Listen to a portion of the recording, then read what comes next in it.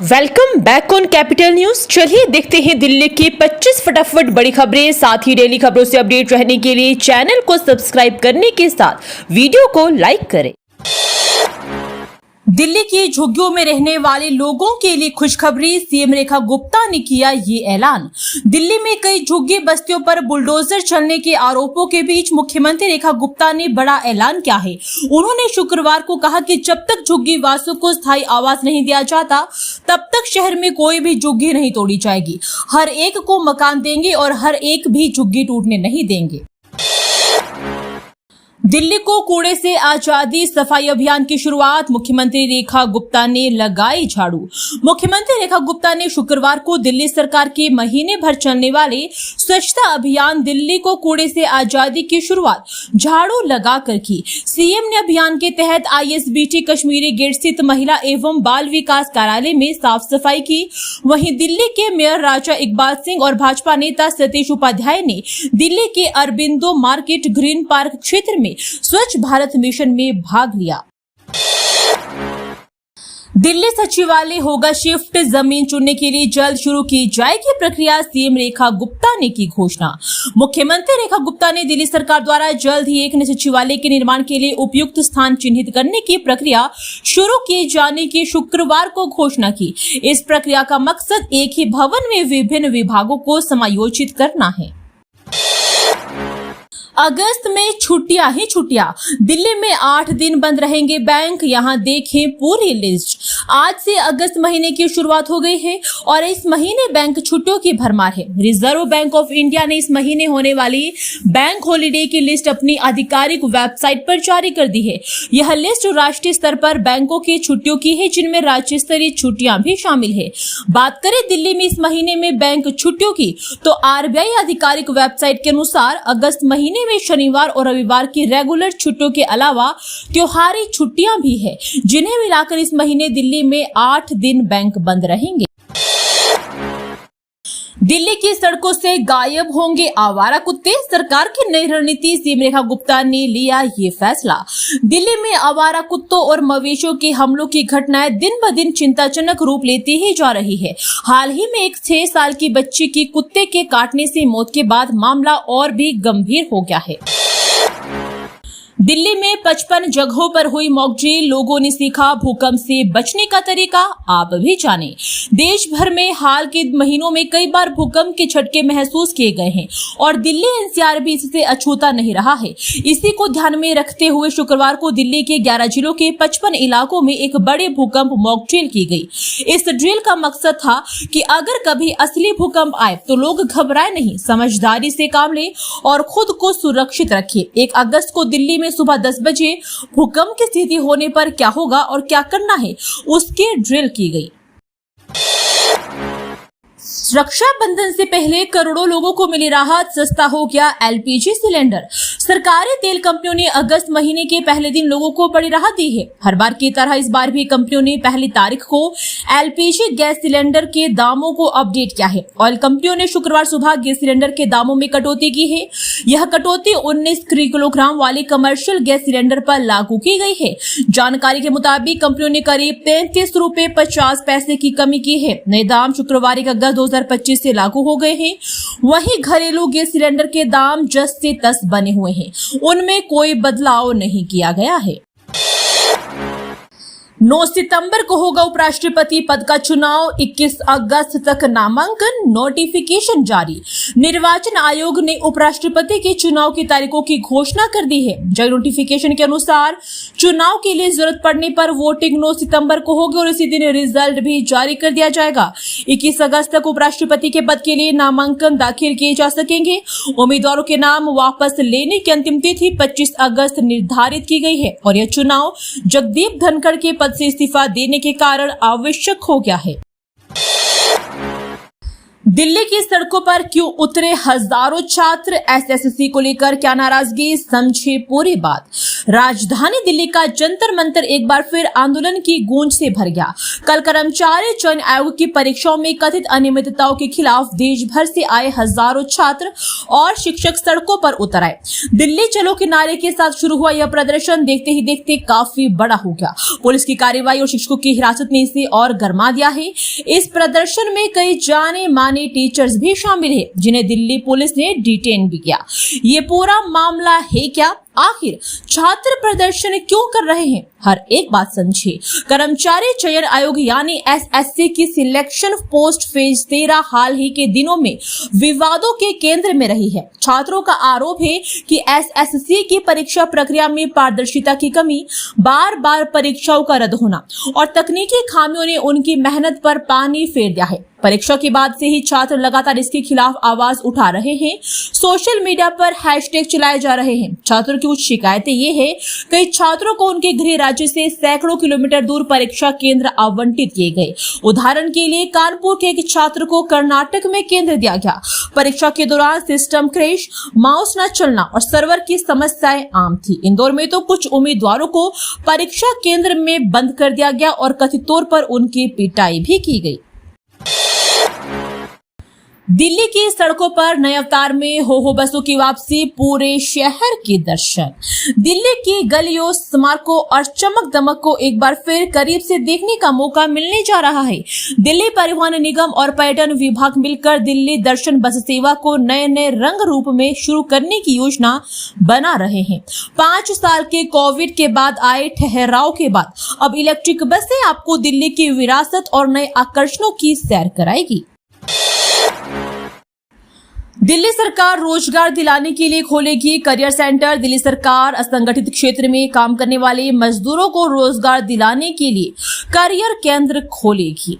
जब तक यह करियर केंद्र नहीं खोले जाएंगे तब तक रोजगार कार्यालय को ही करियर केंद्र माना जाएगा। इस केंद्र के जरिए नियोक्ता और रोजगार ढूंढ रहे लोगों को एक साथ कनेक्ट किया जाएगा।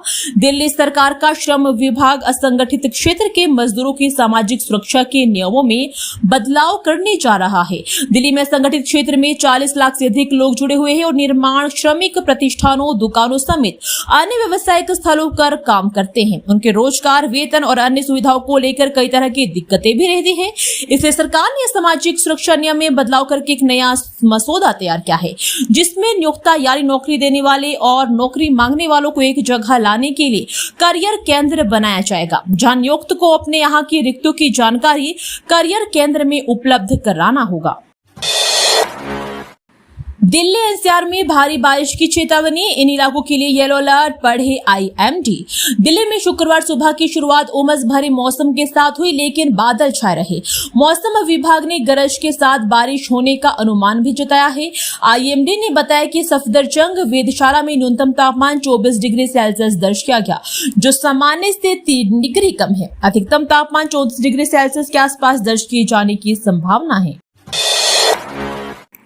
गाजियाबाद में जीडीए की ताबड़तोड़ कार्रवाई, बुलडोजर लगाकर गिराया अवैध निर्माण।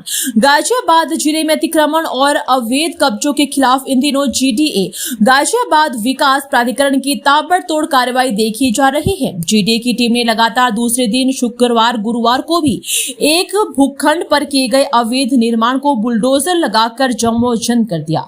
प्राप्त जानकारी के मुताबिक यह कार्रवाई प्रवर्तन जोन 7 की टीम ने राजेंद्र नगर में अंजाम दी। 3 बदमाशों से अकेला जा भिड़ा जाबांज पुलिस कांस्टेबल, दिल्ली में आधी। राजधानी के मालवीय नगर इलाके में गुरुवार देर रात दिल्ली पुलिस के एक कांस्टेबल की 3 बदमाशों से मुठभेड़ हो गई। जांबाज कांस्टेबल की बहादुरी से तीनों बदमाश अब सलाखों के पीछे पहुंच गए हैं। दिल्ली पुलिस को थी जिस उदित खुल्लर की तलाश, उसे यूएई से खींचकर ले आई सीबीआई। केंद्रीय जांच एजेंसी सीबीआई को शुक्रवार को उस वक्त बड़ी सफलता मिली जब दिल्ली में हुई करोड़ों रुपए की बैंक धोखाधड़ी से संबंधित मामले में भगोड़े आरोपी को प्रत्यर्पित कर वापस देश में ले आई। उदित खुल्लर नाम के इस शख्स ने आपराधिक साजिश रच जालसाजी करते हुए बैंक से 4.55 करोड़ रुपए का फर्जी होम लोन लिया था, जिसके बाद से ही दिल्ली पुलिस को इस शख्स की तलाश थी। इस बारे में जानकारी देते हुए पुलिस ने बताया कि उदित खुल्लर को शुक्रवार को यूएई से इंदिरा गांधी अंतर्राष्ट्रीय हवाई अड्डे पर लाया गया, जहां से उसे हिरासत में ले लिया गया। दिल्ली पुलिस ने मराठी फिल्म प्रोड्यूसर को किया गिरफ्तार। फिल्मों में पैसा लगाने पर नुकसान होने के बाद एक मराठी फिल्म निर्माता साइबर ठगी की वारदातों को अंजाम देने लगा। पश्चिमी दिल्ली जिला पुलिस की साइबर थाना टीम ने आरोपी को पुणे महाराष्ट्र से गिरफ्तार किया है। आरोपी वित्तीय सलाहकार बनकर लोगों से ठगी की वारदात को अंजाम देता था। आरोपी ऋग्वेद अश्विन डेंगले के पास से 4 स्मार्टफोन, सिम कार्ड सहित 14 एटीएम कार्ड, 15 चेकबुक, 6 पासबुक और 3.45 लाख रुपए बरामद किए गए हैं। डीसीपी विचित्र वीर ने बताया कि 20 मई को साइबर थाना पुलिस को एक शख्स ने अपने साथ हुई 12,85,282 रुपए की ठगी की शिकायत की। पीड़ित ने अपनी शिकायत में बताया कि टेलीग्राम के माध्यम से एक शख्स ने संपर्क किया। फोन करने वाले ने खुद को वित्तीय सलाहकार बताते हुए क्रिप्टो करेंसी में निवेश करने की सलाह दी। आरोपी ने बताया कि क्रिप्टो करेंसी में निवेश पर अधिक रिटर्न मिलेगा। दिल्ली में 1 महीने तक इस रास्ते से रहे दूर, ट्रैफिक पुलिस ने जारी की एडवाइजरी। पश्चिमी दिल्ली के डिस्ट्रिक्ट सेंटर स्थित जनकपुरी फ्लाईओवर पर 2 अगस्त से 1 सितंबर तक मरम्मत कार्य किया जाएगा। इस अवधि के दौरान शिवाजी मार्ग पर उत्तम नगर से तिलक नगर जाने की दिशा में फ्लाईओवर बंद रहेगा। ट्रैफिक पुलिस ने एडवाइजरी जारी कर वाहन चालकों को स्लिप रोड का इस्तेमाल करने की सलाह दी है। ट्रैफिक पुलिस के अनुसार इस सड़क से हर दिन लाखों वाहन गुजरते हैं। इसे ध्यान में रखते हुए यहाँ ट्रैफिक पुलिस द्वारा व्यापक बंदोबस्त किए गए हैं। स्लिप रोड पर साइन बोर्ड लगाए गए हैं ताकि वाहन चालकों को निकलने के लिए रास्ते की जानकारी मिले। अब सिर्फ 2.5 घंटे में पहुंच सकेंगे दिल्ली से जयपुर। 120 की रफ्तार से सरपट दौड़ेगी। दिल्ली मुंबई एक्सप्रेसवे का हिस्सा बांदीकुई जयपुर एक्सप्रेसवे को जनता के लिए खोल दिया गया है। इससे दिल्ली से जयपुर के बीच यात्रा का समय काफी कम हो गया है। अब सिर्फ 2.5 घंटे में दिल्ली से जयपुर पहुंचा जा सकता है। भारतीय राष्ट्रीय राजमार्ग प्राधिकरण के अधिकारी ने बताया कि सुरक्षा जांच के बाद 15 जुलाई को दिल्ली मुंबई एक्सप्रेसवे का हिस्सा बांदीकुई जयपुर एक्सप्रेसवे को जनता के लिए खोल दिया गया है और इस नए मार्ग से सामान्य परिस्थितियों में दिल्ली जयपुर यात्रा का सफर घटकर मात्र 2.5 से 3 घंटे रह जाने की उम्मीद है। हम अपना आदेश वापस लेने को तैयार। फिल्म उदयपुर फाइल्स की रिलीज मामले। उदयपुर के कन्हैयालाल दर्जी के हत्याकांड पर बनी फिल्म उदयपुर फाइल्स की रिलीज पर रोक लगाने को लेकर दिल्ली उच्च न्यायालय में शुक्रवार को एक बार फिर सुनवाई हुई, जिसमें केंद्र सरकार ने दिल्ली उच्च न्यायालय को सूचित किया है कि वह 21 जुलाई के उस आदेश को वापस लेने के लिए तैयार है जिसमें उसने इस विवादास्पद फिल्म को 6 और कट्स के साथ रिलीज करने की अनुमति दी थी। साथ ही केंद्र सरकार ने भरोसा दिया कि वे अपने फैसले पर नए सिरे से विचार करेगी, जिसके बाद कोर्ट ने इस मामले में दायर 2 याचिकाओं का निपटारा कर दिया और इसके साथ ही केंद्र सरकार से इस मामले में बुधवार तक नया फैसला लेने के लिए भी कहा। राजधानी के स्कूल का हाल। 36 कमरे पर 19 साल से टूटी पड़ी सीमेंटेड शेड, खतरे में 500 मासूमों की जिंदगियां। दक्षिणी दिल्ली में ओखला को एड स्कूल हिंदू उर्दू में 500 से ज्यादा बच्चे पंजीकृत थे। ओखला गांव के साथ ही आसपास के लिए एमसीडी का यह स्कूल प्राइमरी तक की शिक्षा का प्रमुख केंद्र है। बताया गया कि सीमेंटेड शेड वाला यह स्कूल 19 वर्ष पुराना है और इसमें लगभग 36 कमरे हैं। 3-4 को छोड़कर लगभग सभी के शेड क्षतिग्रस्त है। वर्षा होने पर जहां छत टपकने लगती है, वहीं रोड के बराबर होने के चलते स्कूल परिसर के साथ ही कक्षाओं में घुटने तक पानी भर जाता है। तहसीलदार की कुर्सी पर डोग बाबू। गुरुग्राम के आप नेता ने वीडियो बनाकर किया वायरल। साइबर सिटी गुरुग्राम के एक सरकारी दफ्तर की तस्वीरें सोशल मीडिया पर वायरल हो गई। यहां तहसीलदार की कुर्सी पर डोग बाबू बैठे हुए नजर आए। आम आदमी पार्टी नेता का दावा है कि जब वे दफ्तर में पहुंचे तो यह देखकर हैरान रह गए और इसका वीडियो बना लिया। आप नेता ने कुत्ते को कुर्सी पर देखकर सोशल मीडिया पर लाइव भी किया। 2, 4 और 5 अगस्त को दिल्ली एनसीआर में मानसून की सुनामी, इन राज्यों में थी भारी बारिश की चेतावनी। मौसम विभाग पूर्वानुमान के अनुसार दिल्ली एनसीआर में भारी बारिश के चलते जगह जगह से जल भराव की खबरें सामने आ रही है। इस बीच मौसम विभाग ने अगले 6 अगस्त तक एनसीआर के जिलों समेत राजस्थान, पंजाब, हरियाणा और उत्तर प्रदेश में भारी से बहुत भारी बारिश होने की चेतावनी दी है।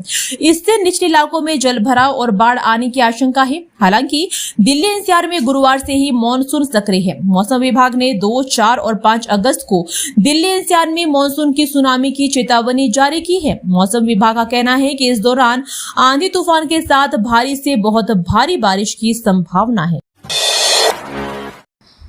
ईडी ने फर्जी कॉल सेंटर के खिलाफ धनशोधन मामले में मारा छापा, अमेरिकी नागरिकों को ठगने का आरोप। ईडी ने एक फर्जी कॉल सेंटर के खिलाफ धनशोधन मामले के तहत दिल्ली में छापा मारा है। इस कॉल सेंटर पर कथित तौर पर पायरेटेड सॉफ्टवेयर बेचकर अमेरिकी नागरिकों को ठगने का आरोप है। आधिकारिक सूत्रों ने शुक्रवार को जानकारी देते हुए कहा कि कानपुर में 3 परिसरों पर गुरुवार रात करीब 10:30 बजे छापेमारी की गई और तलाशी अभी भी जारी है। यह कार्रवाई धनशोधन निवारण अधिनियम के तहत की जा रही है। एम्स के बाद अब सफदरजंग में सुविधा जल्द शुरू होगा। पैट सीटी स्कैन, कैंसर मरीजों को मिलेगी बड़ी राहत। एम्स के बाद अब दिल्ली के सफदरजंग अस्पताल के सुपर स्पेशलिटी ब्लॉक में भी PAT CT scan, positron emission tomography CT scan machine की सुविधा जल्द शुरू होगी। अस्पताल प्रशासन के अनुसार मशीन का ट्रायल सफलतापूर्वक शुरू हो चुका है। आने वाले दिनों में यह सेवा नियमित रूप से मरीजों को उपलब्ध कराई जाएगी। शुरुआत में 40 मरीजों की जाँच की जा चुकी है। दिल्ली में 100 करोड़ की साइबर ठगी का भांडाफोड़, लुधियाना से 4 मास्टरमाइंड को पकड़ा। दिल्ली पुलिस की क्राइम ब्रांच की साइबर सेल ने 100 करोड़ रुपए से ज्यादा की ठगी का आरोप खुलासा करते हुए एक बड़े अंतर्राज्यीय गैंग का पर्दाफाश किया है। पुलिस ने इस गिरोह के 4 मास्टरमाइंड को पंजाब के लुधियाना से गिरफ्तार किया है। ये आरोपी फर्जी ऑनलाइन ट्रेडिंग प्लेटफॉर्म बनाकर देश भर में लोगों से करोड़ों की ठगी कर रहे थे। पुलिस को यह केस एक व्यापारी की शिकायत के बाद मिला, जिसे fxprovip.com नाम की फर्जी वेबसाइट के जरिए 48.35 लाख का चूना लगाया गया था।